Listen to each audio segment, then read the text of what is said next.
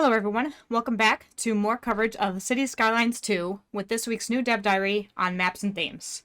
Now, I for one have been so goddamn excited to get into this dev diary.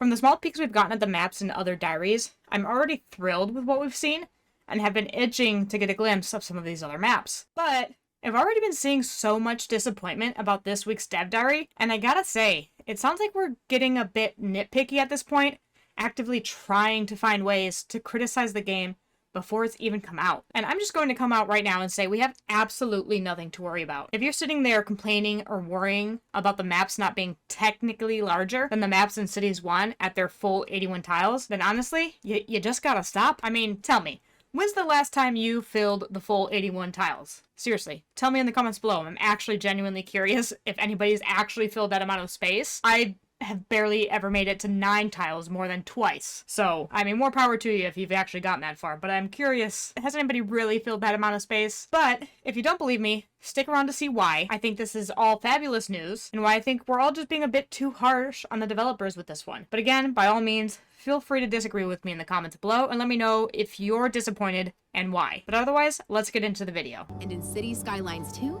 the world is a whole lot bigger.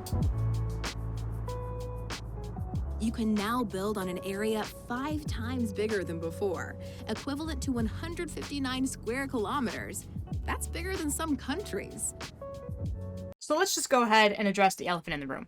I've seen so much talk already within the first hours of this video going live that people are complaining the map is half the size, roughly, of the full 81 tiles of Cities 1. But what I don't see half as many people mentioning is the fact that this is all without mods. That is huge, people. This full area is accessible to anyone. The 81 tiles mod is only accessible to a small number of people, really. I mean, you have to have the right computer to be able to handle that size. You have to have a PC in general to handle it at all, because you can't get the 81 tiles on console. And, you know, the whole console PC debate is a debate for another day. But my point is that we have to keep in mind that when these guys build games, they're building them for the most people as possible, not just those with the best setups. Not to mention, this is just base game. There's no telling what may be added or may be possible in the future, and let's be real, this will be the #1 thing the modding community will be focusing on, is opening up the rest of this map. And besides, if the people who have already actually played the game aren't worried, I think it's a bit silly for anyone else to be. Now that we've gotten that out of the way, let's continue. Maps are composed of individual tiles.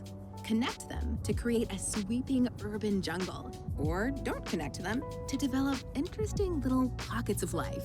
Okay, now this is interesting. We don't have to buy tiles connected to one another. However, it's my turn to be a little bit disappointed, but only because I don't think we got enough info on how this works. I am thrilled at the possibility of creating more realistic, smaller towns on the outskirts of our cities. I'm just a bit confused as to how it's done. We can see this other section here, that it's connected to the larger city by this highway. But the section they're buying now over here, and the others here, here, and over here aren't connected. And my question is, are they artificially connected somehow? Will people here be able to get to your larger city over here? And if so, how does it work? If you've got thoughts or ideas or even answers to this, like maybe I missed something here, please share them with me in the comments below, because I'm honestly genuinely a bit confused by this. How are people getting to these areas? I was sort of under the impression that pocket cars wouldn't be a thing anymore, since parking is such a big part of things, but this seems to suggest otherwise. So let me know what you think about that, because I am very interested to know how other people interpreted this. Maybe I'm just going about it the wrong way. If there's not a direct connection between these two things, like we can see there is a connection here, so that makes sense. They can get from here to here. How are these people getting here at all? And how are they getting from here to there, or anywhere else on the map? But either way, I'm very pleased we're getting the opportunity to build larger, sprawling areas, more reflective of real life, with smaller towns lying further away from the center, and I can already see a million fun possibilities for what to do with this feature. My first thought, myself, is some fun little like farming towns, or things like that. What do you think you'll do with this feature? Let me know in the comments. But otherwise, let's keep going. You can unlock 441 tiles on each map, but you'll have 9 to work with when you begin your city building. That means we basically start with roughly the same size, which is great. If we were only getting 1 tile at a time, I was going to be pretty disappointed myself, since I knew the tiles themselves were going to be smaller than in Cities 2. But this is very reassuring. We get to start with the same size. What I really want to talk about are the milestones. So let's just continue a little bit further. Reach milestones to unlock more.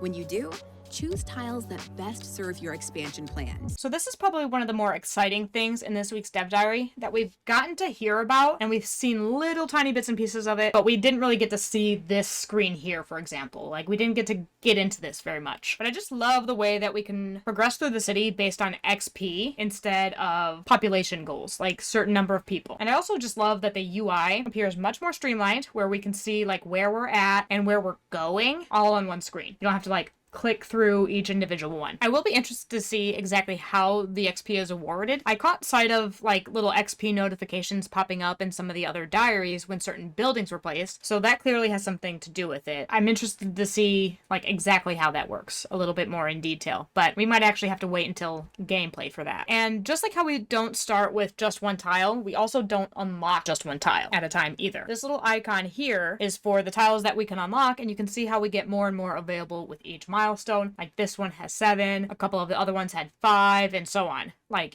you get more and more of them as you progress. So yeah, it's a pretty small blip in the diary, but no less exciting. So let's carry on. Before you click, preview the total buildable area, what natural resources are available, and the cost of that tile. Nothing groundbreaking here. This works just like in Cities 1 for the most part. Two big differences are that you can buy multiple tiles at a time, and it'll show you the price and all the other stats of like, you know, how much groundwater, the buildable area, etc. It'll show the price of all of those things combined instead of clicking and buying each individual tile one at a time. And even better, you can actually move the damn map around to see what else is out there before you start buying tiles. Like, if there's one thing that I absolutely hate in Cities 1 is that when you go into the screen to buy a new tile, you're stuck there. You can't move around anywhere. That drove me absolutely crazy. So I'm glad to see that that's over. But now into some of the more really exciting stuff, the actual maps.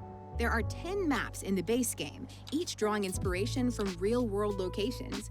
You might even recognize them. And with the vast area available on the new expanded maps, terrains are more varied, resources are more accessible, and there are more ways to connect to other cities.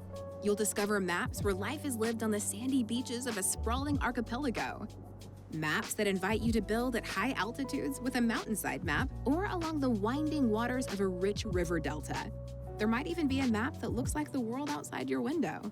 Select the map that stirs your imagination to set the stage for life and living in the city of your dreams. Okay, so that was everything in the video. I skipped a little bit in the middle there. There was nothing really new in there. It talked about themes again and how you can sort of mix and match, but we already knew that. But these maps, they're just beautiful. Everything looks so much more realistic and just, wow, that's really all that I can say. I'm in love with the snow-capped mountains and just all of the possibilities that these maps open up, and just the height increases, the height limit increases that we're able to get to now. But if we want to take a closer look at exactly each map individually, we got to jump into the actual dev diary, the blog post. Here we get an overview of each of the 10 base game maps. So we have Archipelago Haven first, which is based on a cluster of islands with a chain of smaller and bigger islands surrounded by bodies of water on all sides. So this one has connections to highway, train, ship, and air, and a highway going all the way across it connecting two main islands. So we can see them all here in the picture. You know, this is the main highway that goes through it all with like a nice interchange, it looks like, through here. Some vanilla ruins making a return. And then we have Barrier Island, inspired by Barrier Island Formation. It features long island chains parallel to the mainland, separated by a bay.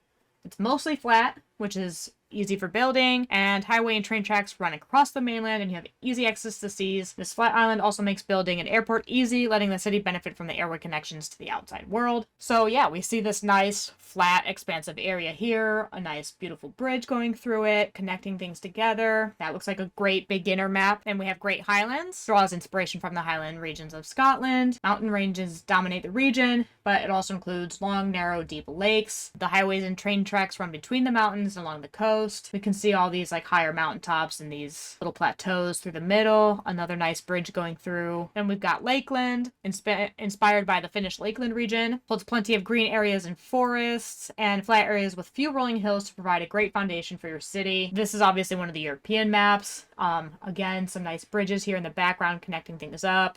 Another one here. Yeah, so this is like this one looks like another pretty beginner map, mostly flat.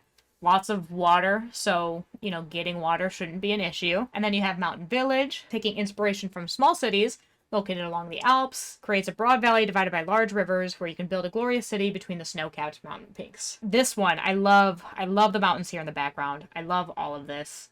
Again, we can see little tiny details of like the bridges in the background that look so nice, the water flowing through. This just leaves so many cool possibilities. I can already imagine like a cool, I mean, I don't know what kind of stuff we're going to have in the game for parks and decorating, but I'm just imagining, at least pretending, that there's some perilous hiking trail going up into this mountain. I just think that would be fun. Then we've got River Delta. Features a large curving river flowing down a gentle slope and leaving a plenitude of flat terrain to build the city.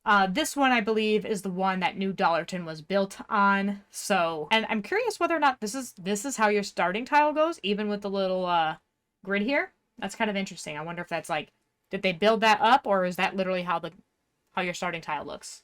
But I think I'll probably stay away from trying this map first just because we've already seen so much of it. I want to get my hands on some of the other stuff. It still looks great, and it definitely looks like a beginner-friendly map. That's probably why they used it. And then we have sweeping plains. Features a broad expanse of flat land covered by grasslands, ready for development. So again, another pretty flat map for at least a good chunk of it, where you can build a nice city without too much difficulty. And then, you know, some mountain ranges on the other side. Very cool. Then we've got Twin Mountain. This one's inspired by Iceland's coastline, with iconic cliffs. There's numerous cliffs and hidden beaches with good access to seaways and shipping routes. It doesn't have an existing train track, so expanding to the edge of the map would be essential in this case if you want to create your own outside connections, but still plenty to work with from the start. This one also looks like a super fun map. I just love the mountains. I'm a big fan of snow.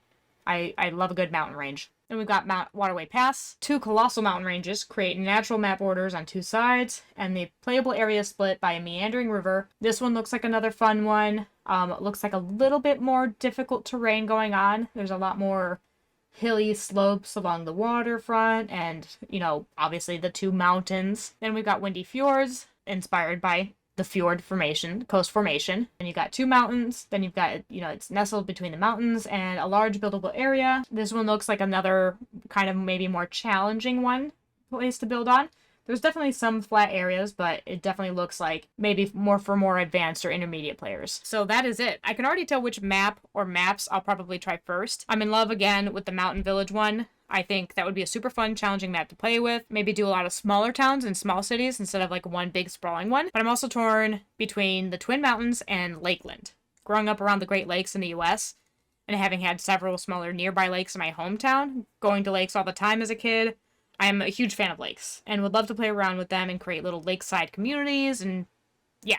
There's just so many possibilities there. So let me know down below in the comments what map you're thinking of trying first. And are you going to get the deluxe edition and get the other two maps? So yeah, I think there's a lot to be excited about for Cities 2, and I think it is shaping up to be a huge improvement on Cities 1. And if you're worried or disappointed in anything you've seen so far, just remember the game isn't even out yet. There's still work to be done before launch, and they'll continue improving the game as the years go by. Just look at Cities 1 now versus how it was at launch. There's been so much added over time, and Cities 2 will be no different, so just keep that in mind. But that is all I have for you today. Hopefully a nice short video snapshot for you. If you did enjoy the video, consider leaving a like or comment below, or even subscribe to the channel if you want to see more videos like this one. I'll have another video next week covering climate and seasons, and I hope to see you there. Other than that, thank you so much for watching, and I hope you have a wonderful rest of your day. See you next time.